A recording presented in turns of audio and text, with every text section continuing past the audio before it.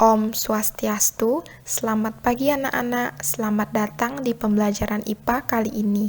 Semoga kita semua tetap dalam keadaan sehat ya. Sebelum kita memulai pembelajaran, ada baiknya kita awali dengan doa. Doa menurut agama dan keyakinannya masing-masing, doa dipersilahkan. Doa dapat diakhiri. Anak-anak, pernahkah kalian berpikir, mungkinkah ikan yang setiap hari ditangkap oleh nelayan akan habis? Tahukah kamu bagaimana ikan dapat menjaga kelestarian jenisnya? Dan kira-kira bagaimanakah hewan-hewan tersebut berkembang biak atau bereproduksi? Untuk menjawab pertanyaan tersebut, mari kita belajar mengenai sistem perkembangbiakan pada hewan. Sebelum kita masuk pada materi, adapun kompetensi dasar pada materi ini yaitu 3.2 menganalisis sistem perkembangbiakan pada tumbuhan dan hewan serta penerapan teknologi pada sistem reproduksi tumbuhan dan hewan. 4.2 menyajikan karya hasil penelusuran informasi tentang perkembangbiakan tumbuhan dan hewan. Adapun indikator pencapaian kompetensi pada materi ini dapat disimak sebagai berikut. Adapun tujuan pembelajaran kita kali ini yaitu siswa dapat 1. Menjelaskan macam-macam perkembangbiakan pada hewan, 2. Memprediksi reproduksi planaria, 3. Menggolongkan hewan berdasarkan cara perkembangbiakan seksual, dan seterusnya. Sistem perkembangbiakan pada hewan dibedakan menjadi 2, yaitu yang pertama, reproduksi vegetatif atau perkembangbiakan aseksual, umumnya hanya dijumpai pada hewan tingkat rendah atau invertebrata. Yang kedua, reproduksi generatif atau perkembangbiakan seksual, umumnya terjadi pada hewan tingkat tinggi atau vertebrata. Perkembangbiakan aseksual pada hewan. Yang pertama, membentuk tunas. Terdapat hewan yang mampu berkembang biak aseksual dengan cara membentuk tunas untuk menghasilkan keturunan. Contoh hewan yang melakukan perkembangbiakan dengan cara ini adalah ubur-ubur dan hidra. Yang kedua, fragmentasi. Planaria merupakan salah satu contoh hewan yang melakukan fragmentasi. Perkembangbiakan dengan cara ini terjadi melalui 2 tahap. Tahap pertama adalah fragmentasi, yaitu pematahan atau pemotongan tubuh induk menjadi 2 bagian atau lebih. Selanjutnya, terjadi tahap regenerasi, yaitu setiap potongan tubuh induk tersebut membentuk bagian tubuh lain yang tidak ada pada bagian tersebut. Pada akhirnya, setiap potongan tubuh tersebut akan membentuk individu baru dengan bagian tubuh yang lengkap seperti induknya. Ketiga, partenogenesis. Partenogenesis secara alami dapat terjadi pada hewan lebah, semut, tawon, kutu daun, dan kutu air. Pada lebah, ovum yang dibuahi akan tumbuh dan berkembang menjadi lebah betina, sedangkan yang tidak dibuahi akan tumbuh menjadi lebah jantan. Yang keempat, pembelahan biner. Pembelahan biner merupakan perkembangbiakan vegetatif yang terjadi melalui proses pembelahan secara langsung. Pada umumnya, pembelahan biner terjadi pada makhluk hidup uniseluler. Pada pembelahan biner, dari satu individu membelah secara langsung menjadi 2 sel anak. Pembelahan sel terdiri dari 5 jenis, yaitu pembelahan ortodoks, melintang, membujur, miring, dan strobilasi. Dan yang kelima, pembelahan ganda. Pembelahan ganda merupakan perkembangbiakan vegetatif yang terjadi secara berulang. sehingga dalam sekali pembelahan dari satu individu dapat dihasilkan lebih dari 2 individu. Contohnya adalah Plasmodium. Perkembangbiakan seksual pada hewan. Sebagian besar hewan berkembang biak secara seksual. Perkembangbiakan seksual terjadi melalui proses perkawinan antara hewan jantan dan hewan betina. Melalui proses ini akan terjadi proses fertilisasi, yaitu proses peleburan inti sel sperma dan inti sel telur. Proses fertilisasi ini akan menghasilkan zigot. Selanjutnya, zigot akan berkembang menjadi embrio atau calon anak, dan pada tahap selanjutnya, embrio akan berkembang menjadi individu baru. Fertilisasi terdiri dari 2 jenis, yaitu fertilisasi internal dan fertilisasi eksternal. Fertilisasi internal terjadi apabila proses peleburan antara inti sel telur dan inti sel sperma terjadi di dalam tubuh induk betina. Sedangkan fertilisasi eksternal terjadi apabila proses peleburan antara sel telur dan sel sperma terjadi di luar tubuh induk betina.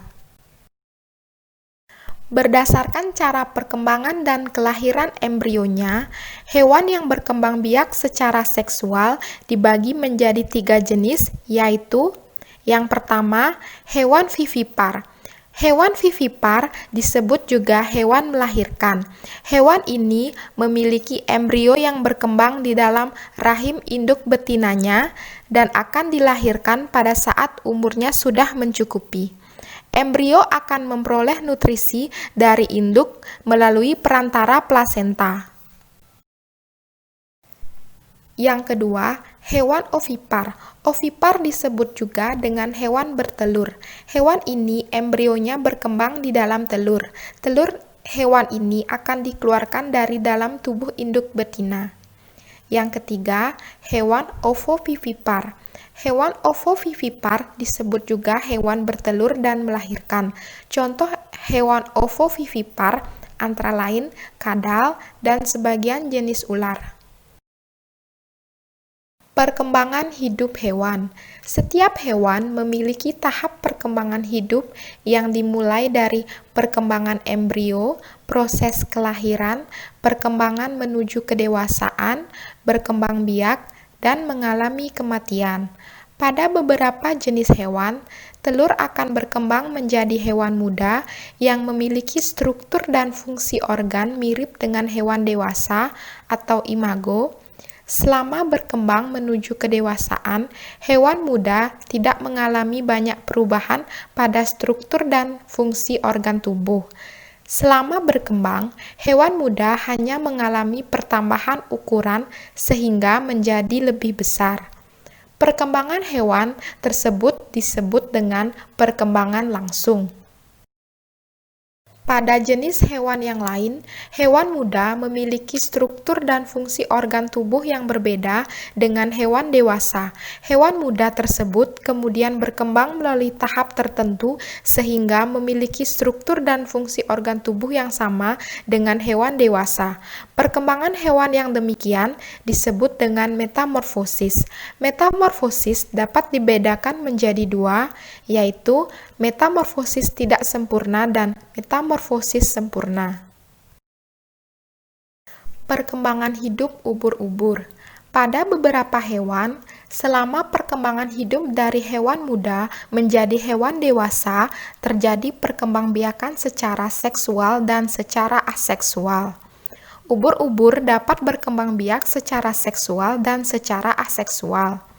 Ubur-ubur sering kali dijumpai dalam bentuk medusa dan berada pada tahap seksual, yaitu dapat menghasilkan sel kelamin. Sel kelamin dilepaskan ke air dan dapat mengalami fertilisasi. Zigot akan berkembang menjadi larva. Jika berada pada tempat yang sesuai, larva akan tumbuh menjadi polip yang disebut skifistoma. Saat dalam tahap polip, ubur-ubur dapat berkembang biak secara aseksual melalui pembentukan tunas. Polip akan berkembang dan menghasilkan strobila. Strobila akan terlepas dari induknya dan berkembang menjadi medusa kecil yang disebut evira. Evira selanjutnya tumbuh menjadi medusa dewasa. Selanjutnya, perkembangan hidup pada katak. Katak dewasa akan menghasilkan ratusan telur. Telur kemudian menetas menjadi kecebong. Kecebong selanjutnya berkembang menjadi berudu yang memiliki kaki. Berudu berkembang menjadi katak muda yang kemudian berkembang menjadi katak dewasa. Teknologi perkembangbiakan pada hewan. Yang pertama, fertilisasi in vitro. Fertilisasi in vitro atau yang biasa dikenal dengan istilah bayi tabung yang merupakan proses mempertemukan sperma dengan sel telur di luar tubuh dari induknya. Hal ini dilakukan untuk mengatasi masalah sperma yang seringkali terjadi pada saat bertemu dengan sel telur. Sperma yang tidak bisa bertemu dengan sel telur, maka setelah terjadinya pembuahan, embrio akan dimasukkan ke dalam rahim hewan betina.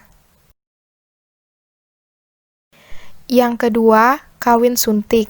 Kawin suntik atau dikenal dengan istilah inseminasi buatan adalah proses memasukkan cairan sperma atau semen dari sapi jantan yang unggul ke dalam saluran perkembangbiakan sapi betina dengan bantuan manusia.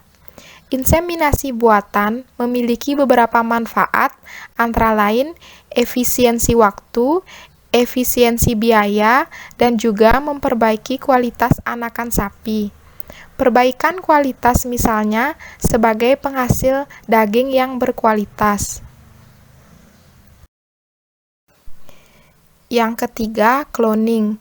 Cloning merupakan proses untuk mengganti sel telur dengan sel somatis dan diberi kejutan listrik hingga sel tersebut berkembang biak.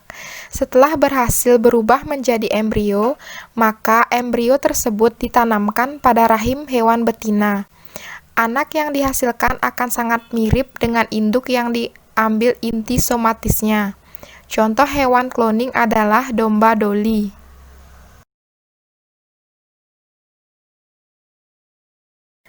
Berdasarkan penjelasan materi tersebut, dapat disimpulkan bahwa 1. Sistem perkembangbiakan pada hewan dibedakan menjadi 2, yaitu reproduksi vegetatif atau perkembangbiakan aseksual dan reproduksi generatif atau perkembangbiakan seksual. 2. Perkembangbiakan vegetatif atau aseksual pada umumnya terjadi pada hewan tingkat rendah atau invertebrata. Contohnya adalah membentuk tunas, fragmentasi, partenogenesis, pembelahan biner, dan pembelahan ganda. 3. Perkembangbiakan generatif atau seksual umumnya terjadi pada hewan tingkat tinggi atau vertebrata. Perkembangbiakan ini dibagi menjadi 3 jenis, yaitu ovipar, vivipar, dan ovovivipar.